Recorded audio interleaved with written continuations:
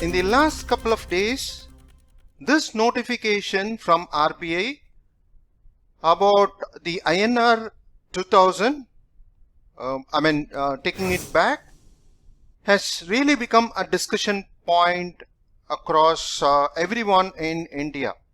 So let's see whether it is going to have any kind of a real impact on the market or economy as well. So one of the first point when this was announced, the first thing I understood was this one, this line, the total value of banknote in circulation, this is around 2000 rupees alone, from 6.73 lakh crores at a peak on 2018 to 3.62 lakhs. So it's almost 50% reduction. So that means the RBI was already taking it back. So that's where many of the common people didn't see that INR 2000 in circulation. So that's the point first you need to understand. But still, if you look at it, there are 3.62 lakh crores of INR in the market. Majority of them could be in the Indian market, maybe some of them could be in abroad, because now we are in a open economy, so few of them could be in the outside world. But the point to understand is this is a huge chunk of money. 3.62 lakh crores of INR in the market is a huge chunk of money. So now that is one point. Keeping that aside, compared to earlier time, that is 2016, is when the similar kind of an impact we had due to demonetization. So that point of time it was 500 and 1000 rupee note. That time 500,000 INR when they removed, that was 85% of the money in circulation. So 85% of the money in circulation was in 500 and 1000. And what is interesting is when you compare with ATM bank, till the date of demonetization was announced sometime in 2016, late, I think around November, banks ATM was using this currency 500,000. But these days, last 2-3 years, you hardly see 2000 rupees coming out from ATMs, banks as well. Even in the market, you hardly find them 2000 rupees at all. So any common man has hardly seen 2000 INR notes or getting them in ATM or bank last. So that's where, if you look at my previous slide, from 2018 to now, it was 6 lakhs. It was brought down to 3 lakhs. But they couldn't bring it to almost zero. Why? That is another question. So natural question is, where are these 2000 INR notes to the tune of 3.62 lakhs stacked and kept? Maybe each one, probably some of them could have happened. Few 2000 INR, no doubt some could have it. But that's not a challenge. You can always have it exchange or use it in your transaction. It's always possible. Maybe 4 notes, 5 notes, 20,000 per day, they have also said.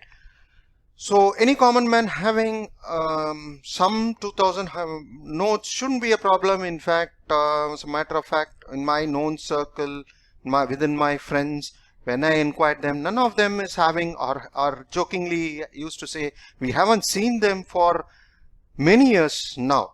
So, but the question remains, where does this 3.62 lakhs has stored and kept? So having said that, another challenge is, what if you leave it as such? Because that is something which is hidden somewhere, maybe used in some high value transaction. That is where we need to do kind of a cleanup as well.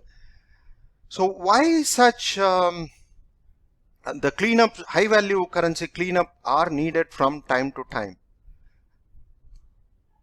And again, going back, one shouldn't compare INR with USD or euros or any yen or any developed country's currency. The important point is most of them are treated as reserve currency. Reserve currency is that when you use it in global trade, that is what is reserve currency. USD, they are used, particularly in oil trade, they are used.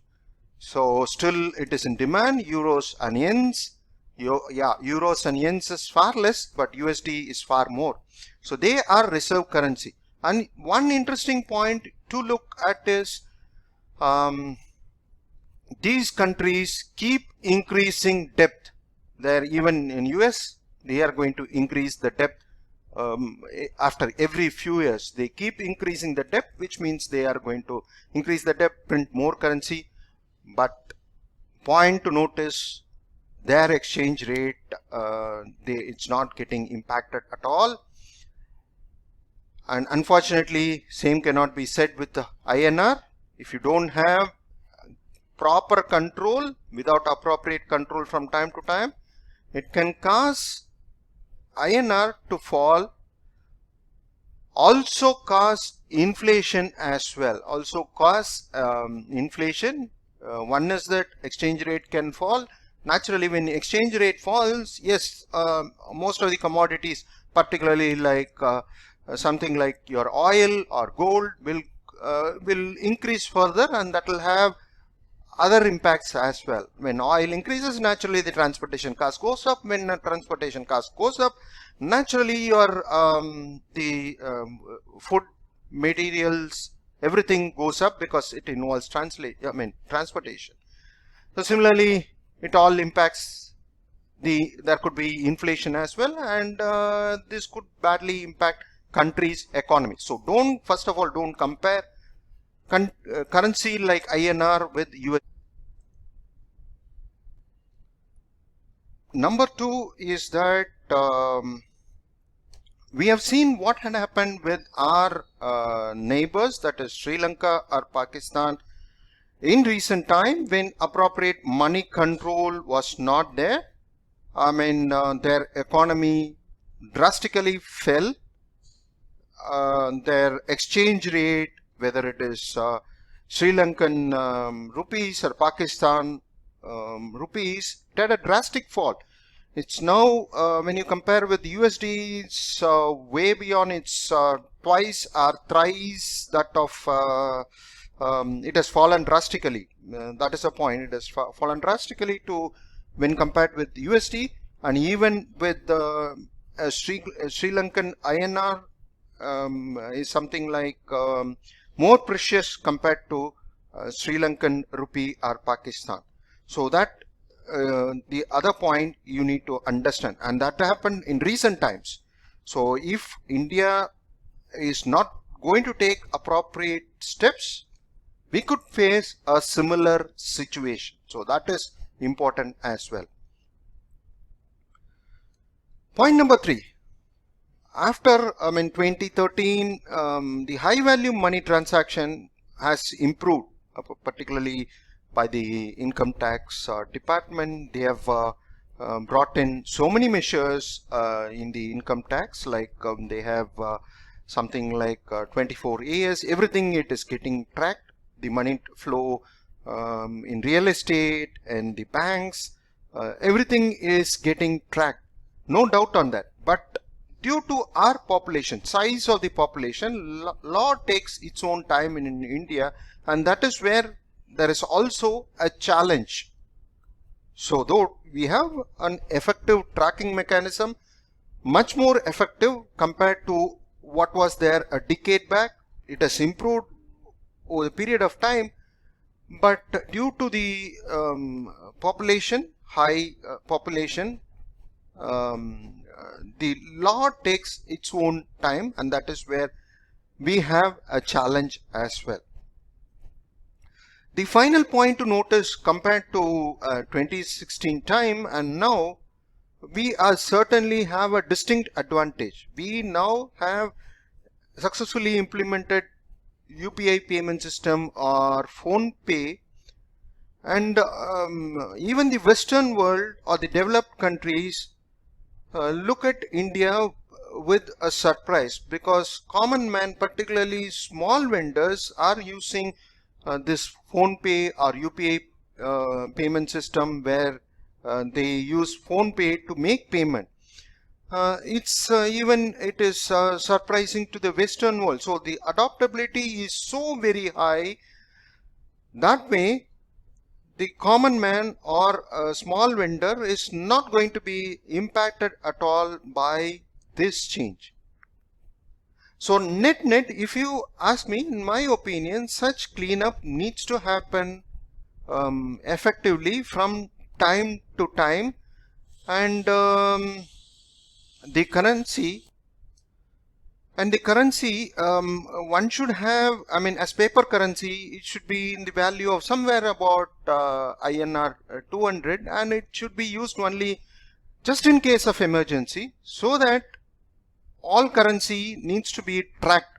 The transaction need to be tracked, particularly if it is high value. Those needs to be tracked through the banking system. That way you can do away with something called as the concept of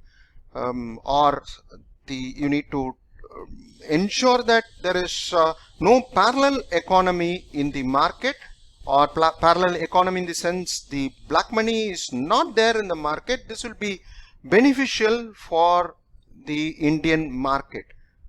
So that is my take as far as this one is concerned, that is the recalling INR 2000 is concerned by RBI. And I hope everyone agrees with this point. If you have a different take on this, please do comment as well, so that we can further discuss. Thank you.